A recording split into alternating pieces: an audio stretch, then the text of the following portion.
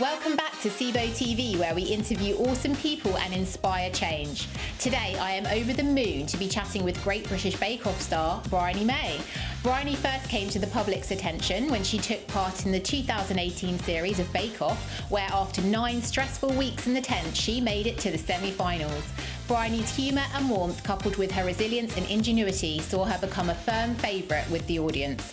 Since then, she's been a regular on our TV screens, interviewed on Loose Women, featured in Hello magazine, and has her own column in Asda's Good Living magazine. Now, it just so happens that Briony was born with a little hand, just like my son Harvey, and today she's going to be sharing the reasons behind her decision not to mention her limb difference on the Great British Bake Off, and what sort of reaction she got from viewers. She also gives her unique perspective on the recent Caroline Flack tragedy, reveals how she and her family coped with her overnight fame, and how she tries to raise her daughter to be kind. Okay, enough talk, let's check out the interview.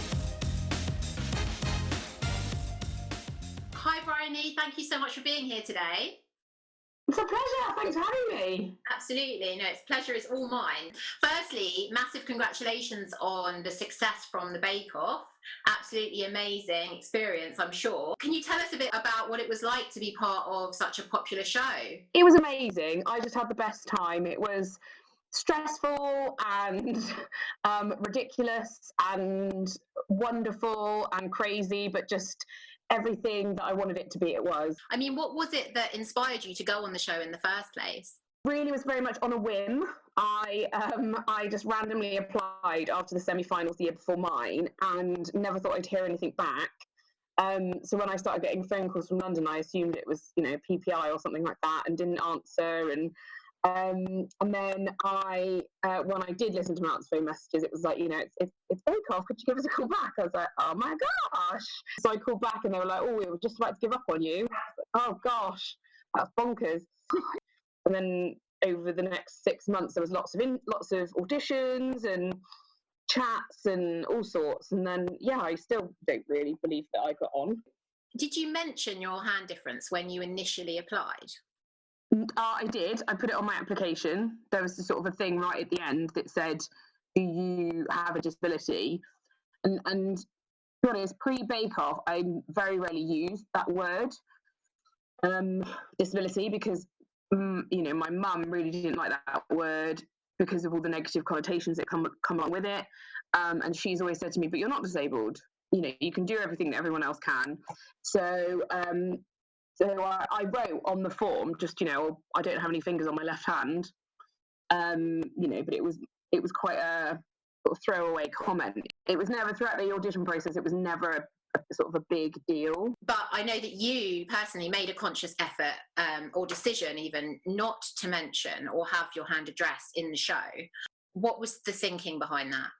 So when I got on the programme, that's when we kind of had the chat of, do you think that this is, are you going to want to bring it up? Do you want us to talk about it in your introduction? Do you want us to mention it? Blah, blah, blah. And I was like, no.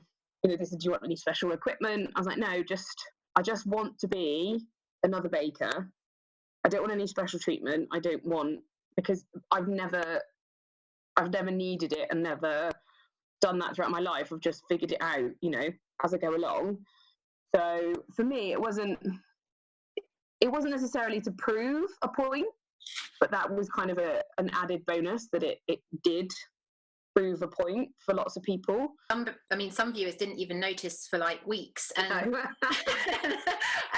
I think that's great though. I think it's great that we're not commenting on it all the time, because like you say, it's not really relevant. But when people did notice, what kind of comments were you getting? Were they all positive? They were, I'd say 99% positive, the comments I got. Yeah, lots of people saying, I'm sure Briony had a hand last week, that kind of comment, which is lovely. I think that's, quite interesting that people didn't notice until sometimes a couple of weeks in. Someone said they didn't even notice till week 4. People have been so kind. Just generally really encouraging, very sort of positive about it all, and just saying that it's great to see someone who has a visible disability on TV, on a massive show like Bake Off, but also that I wasn't making a massive deal out of it. It was just part of it, you know. It wasn't like, oh, here's Briony, she's disabled, let's talk about that lots. It's like, here's Briony, she's from Bristol, she's a baker, she's got, you know, no fingers on her left hand, but it's kind of a side point, you know. It wasn't a big deal. And I had so many messages from people with children with hands like mine, and just, you know, messages just made me weep. They're just so lovely, just saying it's so nice to see someone who's got a hand like my kids on TV. You know, my child watched Bake Off and they were just so over the moon that someone was on there who looked like them and who made it, you know, made it okay, made it normal, whatever. It was, yeah, those are the things that makes it really, to me, really special, is that, you know, those messages from parents or from people with hand like mine, you know, young women who are saying, oh, it's really lovely to see someone like myself on a program like that. It's amazing that people are seeing that and feeling empowered through what you're doing. But I guess also it's showing us that there's still so much to be done, because that is actually there for them. And it's great that that's happening, but there is so much work to be done. And I know that the Junior Bake Off actually makes quite a conscious effort to include young people who are differently abled. And I say differently abled because I like that phrase, because you do just find a different way to do things. And I think do you think that's really important? Do you think that can really help change things for future generations? Yeah, I think so. I think, well, you know what, it's interesting because the Junior Bake Off, when it was on the BBC, I would say at least every other episode there was a child who had an obvious physical disability. Whereas the most recent one, I watched it, I loved it, loved Junior Bake Off. The kids are amazing. But I couldn't see any visible disabilities. A lovely array of boys and girls, all different races, you know, that kind of thing. But I didn't see anyone who had a disability. Whether they had an invisible disability, I don't know, which I thought was interesting. And I think, but again, like I was the first disabled baker on Bake Off, and then last year there was no one again who, you know, out of the 13 contestants, nobody had a visible disability. So it's kind of like, you know, it's that kind of like one step forward, two steps back. And it's like, well, if you're making that progress, don't then stop. Yeah. But also at the same time, and this might, you know, offend people, and I don't mean it to, but like it at the same time as, you know, it's great to include someone with a visible disability, they also have to be, you know, one of the top 12 bakers in the country who have applied for Bake Off. So it's that kind of like balance. Like, you don't want people to be, you know, positively discriminating against you by being like, oh, just get her on because, you know, she's got a disability, or, you know, he's a good baker, but we'll get him on because he's disabled. You know, you want them to be choosing you because of your skills, not just because of your you know, physical difference. Yeah, because you're a fantastic baker. That's what it's all about. I messed up quite a lot, but, you know, I hung on in there. Probably not as much as my mum, who's currently downstairs making my son's birthday cake. Oh, amazing! Like, you know, the oven burning and swearing, etc. So we need you here to give us a hand. She's making a Disney card cake, so I'll let you know how it turns out. Oh yeah, please let me know. Yeah. In terms of talking about the media and the power of the media, I mean, on a serious note, there has been some really devastating stories recently, most recently linked to Love Island and the passing of Caroline Flack, and that has been kind of associated with media pressure. You know, in your situation, how did you cope with that kind of overnight success and attention that came with being on such a high profile show? You said you received like 90% positive comments and feedback, but were there any negative comments that you had to deal with, and how did you cope with it? Something I say about social media, because I wasn't on Instagram before Bake Off. I joined Instagram to kind of help build my profile a little bit. Positivity and negativity on social media is, actually, me and my husband were talking about it last night, and that something I spoke with, I don't know if you've heard of Sinead Burke. Do you know Sinead Burke? I actually listened to your interview last night on your amazing. It was amazing. I loved it. Oh, thank you. She's an incredible woman. I think she's amazing. Absolutely. And what we were saying on that, like part of the thing about this positivity and negativity thing is on social media, I don't go looking for anything. Like I don't go looking for negativity. So when Bake Off was on to look on Twitter about, cause it's nice to hear the nice things, but I would like my husband would search on Twitter for stuff that had been written about me, and he'd filter it. So he show me the bits that were nice, and just I didn't have to see the negative things. There wasn't a huge amount of negative posts. I think my hand protects me a little bit because people are very reluctant to go after a disabled person. Someone, like Caroline Flack, it must have been coming at her from every angle, thousands of comments about her. Like, how do you get away from that? There's just there's no sheltering from that. The difference between something like Love Island and something like Bake Off, Bake Off is very wholesome and very, people watch it because it makes you feel better about life, because it's 12 people in a tent who are generally pretty nice people. They bake some nice cakes, and poor Hollywood might say something a bit mean, but it's all in good fun, and it's all quite nice at the end of it. Whereas Love Island, there's that, people are putting themselves, their physical appearances are up for grabs in terms of comments. Their intelligence, everything like that. They're very exposed on something like Love Island. And I think people feel like they can just say whatever the hell they want. With the Caroline Flack situation and sad story there, one of the, I guess, positive things that have come from her story is that the hashtag bekind has gone crazy on social media. And be kind is actually one of my life mantras, especially since having Harvey. I actually think you have one of the same jumpers as me. I saw on your Instagram, the grey one with be kind on it. Yeah, I have that as well. And I think even sometimes when people are trying to be kind, I think sometimes we're just so plugged into everything that we're almost disconnected. We don't know things that are going on around us. Do you think that your little hand, as you call it, which I love, by the way, because that's what Harvey calls his, do you think that maybe brought out an empathetic side of you? My mum is an incredibly kind person, very, very kind.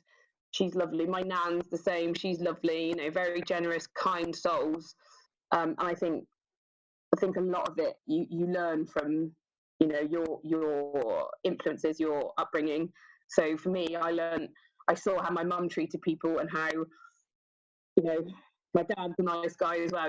They treated people with kindness and empathy, and that for me is how I learned to see that. The empathy side of things, I think having that difference, that physical difference, you maybe reflect slightly more on how you deal with people and how you talk to people, because you're very aware of how people deal and talk to you. I'm very aware, like when I'm chatting to a kid, that their eyes keep going, to the side, like, oh, they're noticing my hand. But it doesn't upset me or anything like that. It's just, I'm very aware of that. And I don't know if that comes from just being a little bit more self-aware, a little bit more conscious. Yeah, it's interesting. But I think I get a lot of kindness from my mum, and my dad. And I think I've shown that, like, passed that on to my daughter now, because she's incredibly kind. As a 4-year-old, she's so sweet and so lovely with her friends and her cousins. And if I'm feeling poorly, she's the one who goes to, she likes to tuck me in under my blanket, or she's just very sweet, very sweet. I mean, she's she's crazy, she's 4, but like, she's very sweet as well. She's just a sweet little girl. That empathy thing came up again at nursery, and that the adults that work there, they noticed that Nora's a very empathetic little girl. And I just wonder, does it come from me or my husband or both, or I don't know. It's funny. It's a funny old thing. Can I ask you, speaking about your daughter, how does she notice your little hand? Like, how does she respond to it? Is it just mummy? So it's just mum. Well, for a long time she didn't really pay any attention to it. It was there. And then from the age of about 2, she didn't want to hold it, and that I find that really hard, because she wouldn't hold my little hand. She'd only hold my big hand, and that for me, that was quite difficult. but then we were watching TV, and she just reached across and just held my little hand, and it was like, it was a really like powerful moment for me, because she, you know, that was her accepting it, whether she knew it or not. And now she doesn't even, you know, flinch. She just, if she wants to hold my hand, she'll hold whichever one's closest. It doesn't matter which one it is. And I think also maybe a practical side to it as well, we might not think of, you know, with Harvey, he wants me to hold his big hand, as he calls it, because he gets a better grip and feels safer. And I think sometimes the kids, they have this practical way of thinking, and we automatically think it's something else, but sometimes also it's just practical, and like, that's a better hand to hold. Yeah, absolutely, yeah. You know, for Harvey, I know that I'm just waiting for that moment when someone isn't kind. And I mean, how, from your point of view, how do you handle that? I mean, it depends. If it's a child, I will try and educate them. So if, you know, I've had kids go, "Oh, your hand's really weird," and that obviously that hurts. But like, since I've, you know, certainly since I've been a teacher since my mid-20s, I would rather sort of say, well, no, it's not weird, actually. It's a bit different. It's not disgusting. It's just, you know, it doesn't look the same as yours. You know, and try and kind of talk to them about it a little bit more and say, you know, it doesn't hurt. It was just how I was born. But I think with adults, you very rarely get someone being, well, that I've encountered, be, you know, openly unkind about it. But yeah, I don't surround myself with unkind people, with negative people. Education that, you know, if you show people the understanding, then that's, you know, you will hopefully make an ever so slight difference in maybe in how they speak to the next person who they might come across with a visible difference or disability. I know my mum always says to me that she found it really hard when I was first born. She found it very difficult because people would notice, she'd notice people noticing, but then they wouldn't say anything. And then she remembers, like, she was dropping my older brother off at nursery or at school, and one of the mums there said, "Oh, what's happened to Briony's hand? What's going on there?" And she was so grateful that someone had just mentioned it and said, "What's happening?" You know? I think as well, it is just giving people the tools, because I think sometimes they just don't know what language to use, for example, so they don't want to say anything because they don't want to use the wrong word to offend. And it's about encouraging them to not be scared to talk about the differences. And you know, if they've been brought up with that mentality from their parents, oh, you know, you see someone different walking past you down the street, and it's the kind of mentality of like, shush, don't say anything, like, you know, come away, then they haven't been given those tools to know how to deal with it. And they've learned that it's a taboo thing, and so they will kind of just stray from it or stare and not say anything. And although I know it probably is sometimes a little bit exhausting to feel like you have to keep giving people those tools and educating, I guess it's the way forward, and in some small way to be able to educate people and say, look, just ask me about it, it's fine. Like, you know, I'd much rather you ask me about it, exactly like your mum.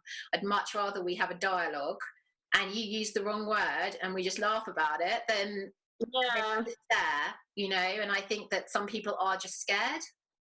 They are scared. And do you know what, I've been in positions, like, having had this amazing platform with Bake Off, I've got to meet some amazing people, and I've been in positions where I've met disabled people who are very obviously physically disabled, and I, even as someone who has a disability, have felt slightly not uncomfortable, well, maybe uncomfortable about or unsure of how to talk to them about their disability, or, you know, what is there, how do they view it, you know, do they have a sense of humor about it? You know, I've got a pretty good sense of humor about my hands, so, you know, I do joke about it or whatever, but, you know, I don't know how other people are going to react to that. And it's, you know, it still is, people are uncomfortable and people don't want to upset other people, but we're never going to get past that if people don't just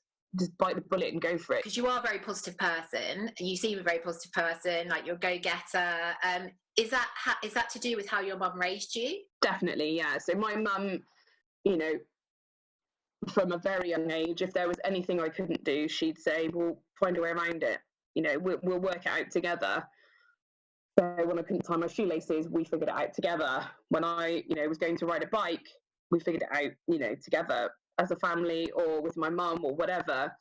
And that sort of was inbuilt in me from a very young age. So that meant when I went on, to be a teenager, in my 20s, 30s, if there's something I get to a point where I'm like, I'm not sure if I'm going to do that, rather than I can't do it, I'm like, right, how do I work my way around it? And I think that all comes from, my mum. She was just so, determined that I wasn't going to be disabled. It comes back to that word. She was so determined that I wasn't going to be disabled by my hand that she sort of was like, nope, come on. How are you going to get around this? What are you going to do about it? And, I'm so glad that she did. She never mollycoddled me. It was like, come on, don't feel sorry for yourself. Just figure it out. In a lovely, lovely, loving way. It was never harsh or unkind. It was just, it was encouraging. It was loving. It was just, a slightly more, slightly tougher approach, but surrounded by a lot of love. I think that's the key, because I think as parents, if there's any parents listening, and I know myself as a parent to Harvey, sometimes you worry about where you find that fine line between being harsh and kind of making light of something that's important to someone, but also not wrapping them in cotton wool and saying, oh, my poor baby, you don't need to do it, just come here to mummy. Because in the real big wide world, there's not going to be mummy by your side, and you are going to have to find ways to do things. So it's really nice to hear that your mum's approach found a great balance, and that made a big difference to you. It did. And I think that set me out, on the path for how I would handle things for the rest of my life. Because I never think I can't do something, whether it's to do with my hand or not. It's filtered into other parts of my life that aren't disability or hand related. And if I think, oh, I'm not sure I can do that, it's like Bake Off. I thought I'm probably not going to get on.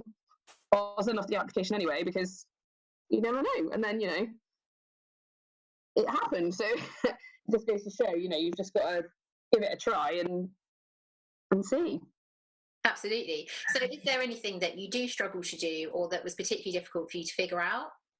I find certain things fiddly. And when we had Nora, it was like, oh, how am I going to do all this with one hand? But actually, you spend your whole time holding a baby.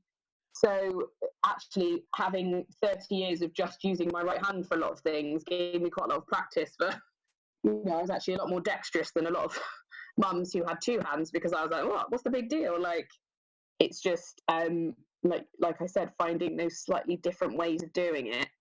So before we finish up the interview, it is really important to me that we talk about Reach a little bit. Yeah. So obviously, Reach are a charity that celebrate limb difference, support families and young people with limb differences or who are affected by limb differences.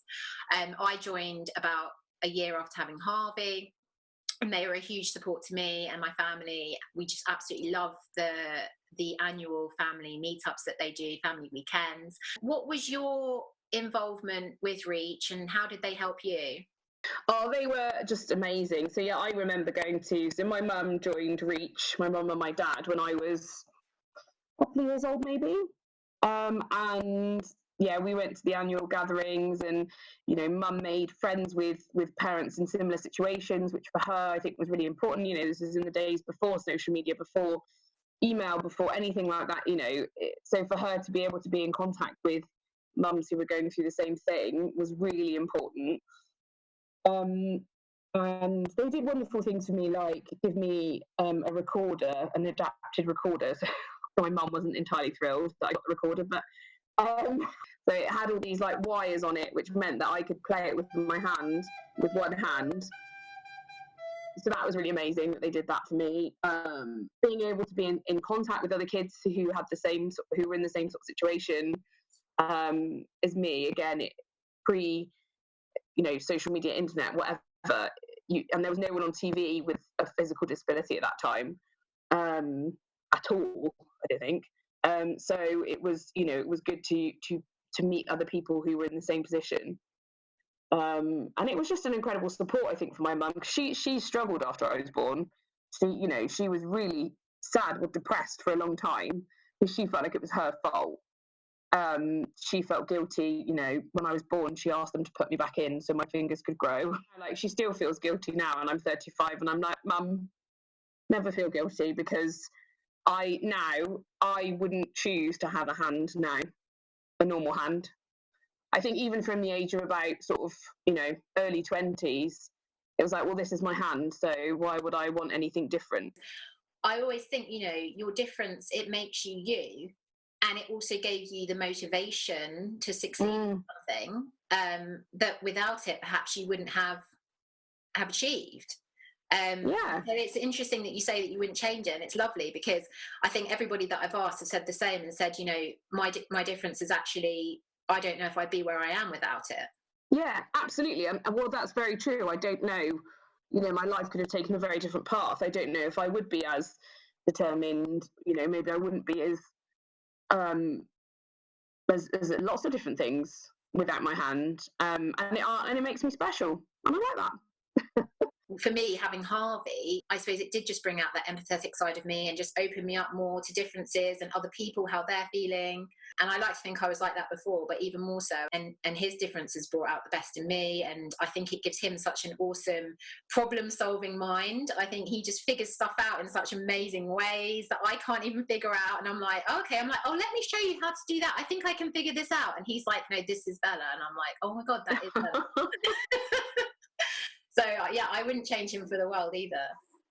I, you know, constantly tell my mum that she has nothing to feel guilty about or worry about, because I'm fine.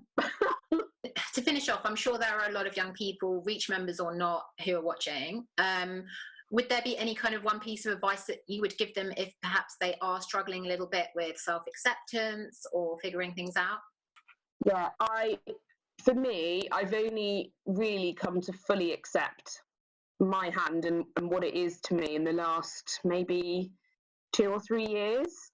I felt comfortable with it from maybe my mid-20s, but the last couple of years, since becoming a mum, since going on Bake Off, since, you know, things that happened since, that for me has become where I've really accepted it, and I'm proud of it.